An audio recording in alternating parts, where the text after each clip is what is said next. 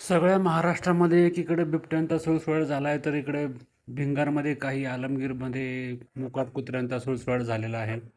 जर कुणाकडे एखादा बिबट्या एक्स्ट्रा असेल तर कृपया आमच्या गल्लीमध्ये आणून सोडावा. या कुत्र्यांनी दिवसभर आणि रात्रभर पूर्ण झोपेचं खोबरं करून सोडलेलं आहे मित्रांनो. या कुत्र्यांना इथून कुणीतरी घेऊन जा, अन्यथा इथे एखादा बिबट्या आणून सोडावा हीच प्रशासनाला आता विनंती करायची वेळ आलेली आहे. कारण की सगळे लोक या कुत्र्यांना परेशान झालेले आहेत, मोकाट कुत्र्यांना परेशान झालेले आहेत. रस्त्यावरून लोकांचं येणं जाणं मुश्किल झालेलं आहे आणि जगणं पण मुश्किल झालेलं आहे. तर वन विभागाला अहमदनगरच्या आणि महाराष्ट्राच्या एवढं एकच निवेदन आहे की एखादा बिबट्या असेल तर आमच्या या द्वारकाधीश कॉलनीमध्ये आणून सोडावा.